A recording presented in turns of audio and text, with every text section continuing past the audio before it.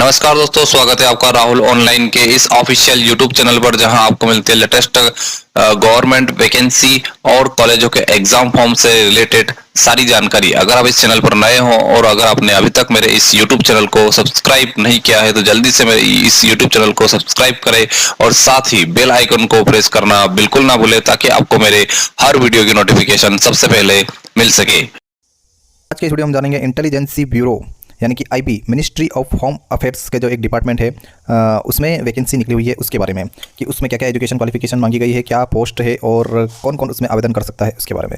तो यहाँ पर जो नोटिफिकेशन की पीडीएफ हमारे पास है और इसमें यहाँ पर सबसे ऊपर लिखा हुआ है पोस्ट का नाम security assistant motor transport and multitasking staff general exam 2023। इसकी पोस्ट यहाँ पर निकली हुई है। तो यहाँ पर जो पोस्ट निकली हुई है वह है security assistant motor transport and multitasking staff MTS की यहाँ पर पोस्ट आईबी में निकली हुई है।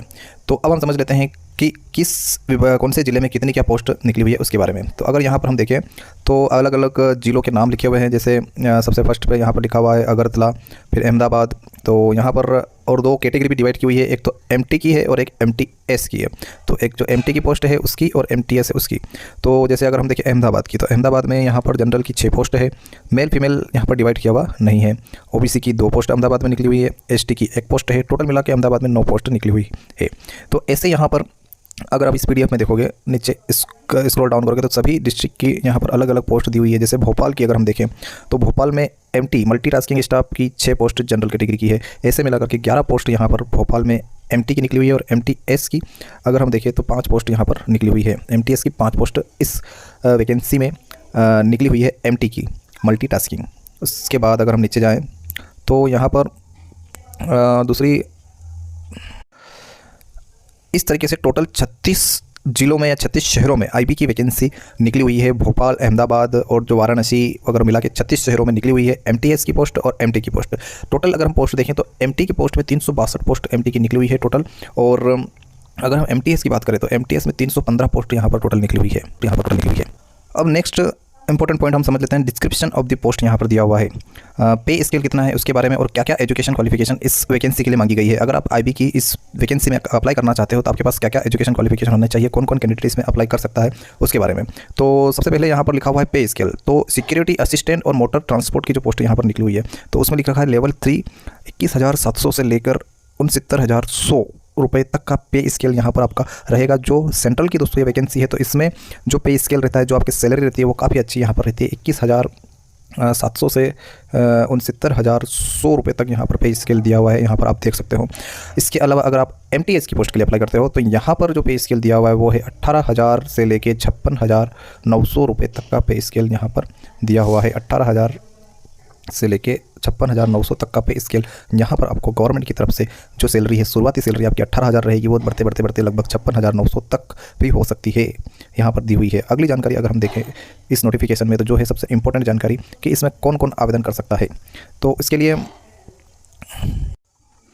अगर आप MTS की पोस्ट के लिए आईबी में आवेदन करते हो तो यहाँ पर लिख रखा है 10वीं पास आपका होना जरूरी है। अगर आपने 10वीं पास किया हुआ है तो आप आईबी की जो वैकेंसी है उसमें MTS मल्टी टास्किंग स्टाफ की पोस्ट के लिए अप्लाई कर सकते हो। इसके अलावा दूसरी एजुकेशन क्वालिफिकेशन यहाँ पर दूसरा होना आपके पास होना चाहिए डोमिसाइल सर्टिफिकेट, मूल निवासी स्टेट का होना जरूरी है। उस जिले जिस भी मध्य प्रदेश से अगर आप अप्लाई कर रहे हो तो मध्य प्रदेश का मूल निवासी होना आपके पास ज़रूरी है। अगला, अगर आप सिक्योरिटी असिस्टेंट और मोटर ट्रांसपोर्ट की पोस्ट के लिए अप्लाई कर रहे हो तो आपके पास क्या क्या होना चाहिए हम वो समझ लेते हैं। तो सबसे पहला यहाँ पर जो दिया हुआ है वो है possession of valid driving licence for motor cars issue by the component authority, यानी कि आपके पास ड्राइविंग लाइसेंस होना चाहिए लाइट मोटर व्हीकल 4 व्हीलर का।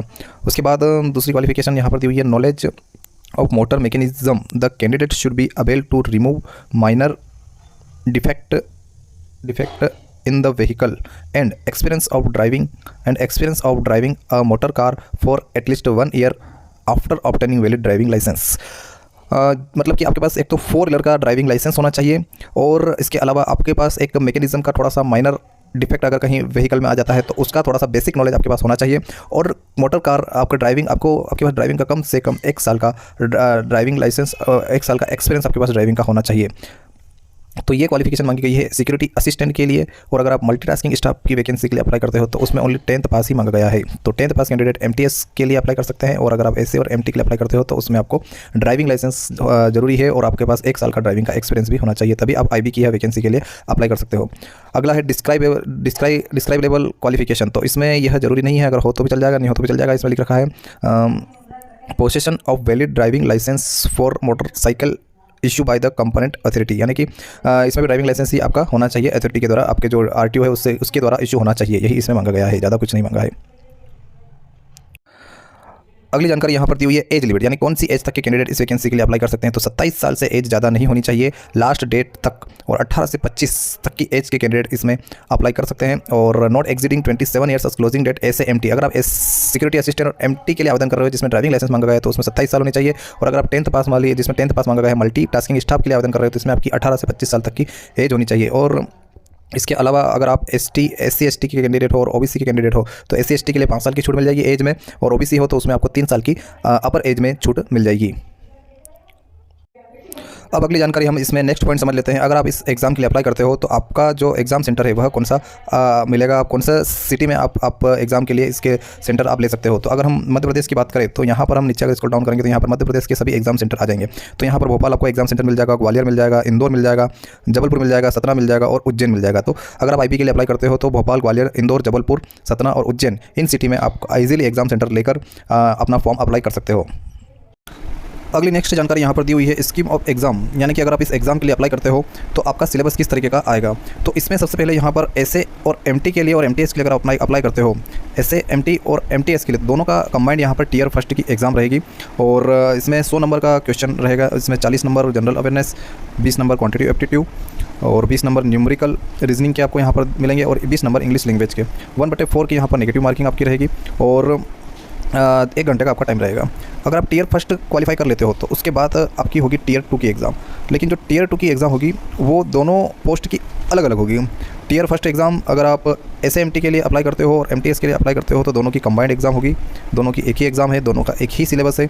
लेकिन अगर टियर 1 क्वालिफाई कर लेते हो उसके बाद टियर 2 में आप एग्ज़ाम देते हो तो उसका दोनों की पोस्ट के लिए अलग अलग एग्ज़ाम का यहाँ पर सिलेबस दिया हुआ है। तो वो हम समझ लेते हैं। टियर 2 की जो एग्ज़ाम होगी, अगर आप SAMT के लिए देखें तो SAMT में आपको यहाँ पर दिया हुआ है motor mechanism and driving test cum interview.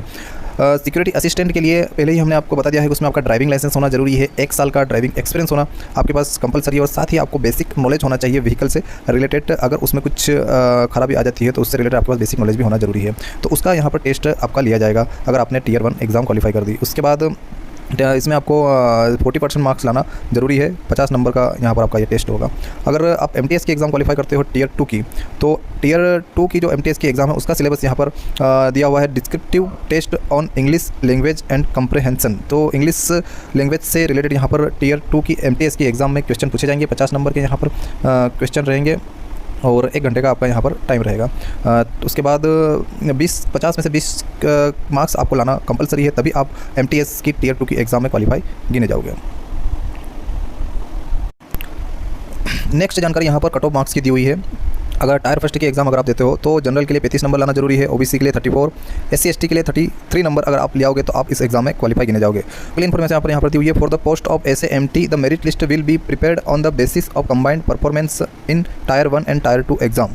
जो अगर आप SAMT की पोस्ट के लिए अप्लाई करते हो तो मेरिट लिस्ट जो आपकी जो बनेगी वो आपकी टियर 1 और टियर 2 की जो एग्जाम में आपकी जो परफॉर्मेंस रहेगी उसके आधार पर यहाँ पर बनेगी। उसके बाद अगर आप for the post for MT general the merit list will be prepared on the basis of performance in tier 1 exam alone provide the candidate is qualify in tier 2 exam. अगर आप MTS की पोस्ट के लिए apply करते हो तो आपकी जो मेरिट लिस्ट बनेगी वो ओनली टियर फर्स्ट की एग्जाम्स के आधार पर यहाँ पर मेरिट लिस्ट बनेगी, लेकिन आपको टियर 2 की एग्ज़ाम क्वालिफाई होना भी जरूरी है, लेकिन उसके नंबर जो है मेरिट लिस्ट में आपके काउंट नहीं किए जाएंगे। अब नेक्स्ट इन्फॉर्मेशन हम समझ लेते हैं कब से कब तक आप इसका फॉर्म ऑनलाइन अप्लाई कर सकते हो। तो 14 अक्टूबर 2023 से इसके रजिस्ट्रेशन शुरू हो चुके हैं। 13 नवंबर 2023 रात्रि 12 बजे तक आप इसका फॉर्म ऑनलाइन अप्लाई कर सकते हो और 16 नवंबर 2023 तक आप पेमेंट इसका SBI चालान का पेमेंट करके आप फॉर्म आप अपना अप्लाई कर सकते हो। और आपको फॉर्म ऑनलाइन ही अप्लाई करना होगा। ncs.gov.in की साइट पर आप जाके अप्लाई कर सकते हो या फिर mha.gov.in की साइट पर जब नेक्स्ट इन्फॉर्मेशन यहाँ पर है एग्ज़ाम फीस आपकी यहाँ पर फॉर्म भरने की कितनी लगेगी। तो 50 रुपये जो यहाँ पर दिए हुए हैं वो दिए हुए हैं कंपोनेंट एग्ज़ाम फ़ी और 450 आपका प्रोसेसिंग चार्ज यहाँ पर फॉर्म भरने का लगेगा। अगर बात करें प्रोसेसिंग चार्ज की, तो वह ऑल कैंडिडेट के लिए प्रोसेसिंग चार्ज जरूरी है। तो ये थी दोस्तों इंटेलिजेंस ब्यूरो यानी कि आईबी में मिनिस्ट्री ऑफ होम अफेयर्स के अंतर्गत निकली हुई सिक्योरिटी असिस्टेंट और मोटर ट्रांसपोर्ट मल्टीटास्किंग स्टाफ की वैकेंसी की पूरी जानकारी, जिसमें लगभग दोनों वैकेंसियों को मिला के 677 टोटल पोस्ट यहाँ पर निकली हुई है। अगर आप भी 10th पास हो तो आप भी ये वैकेंसी अप्लाई करके अपने लिए एक सिक्योर गवर्नमेंट जॉब पा सकते हो। अगर वीडियो अच्छा लगा हो तो वीडियो को लाइक करें, शेयर करें अपने दोस्तों के साथ, और भी इस तरह के वीडियो पाने के लिए आप मेरे इस यूट्यूब चैनल को सब्सक्राइब करें और साथ ही बेल आइकन को प्रेस करना बिल्कुल भी ना भूलें, ताकि आपको मेरे हर वीडियो की नोटिफिकेशन सबसे पहले मिल सके। मिलते हैं अब नेक्स्ट वीडियो में, तब तक के लिए bye bye, good bye, take care.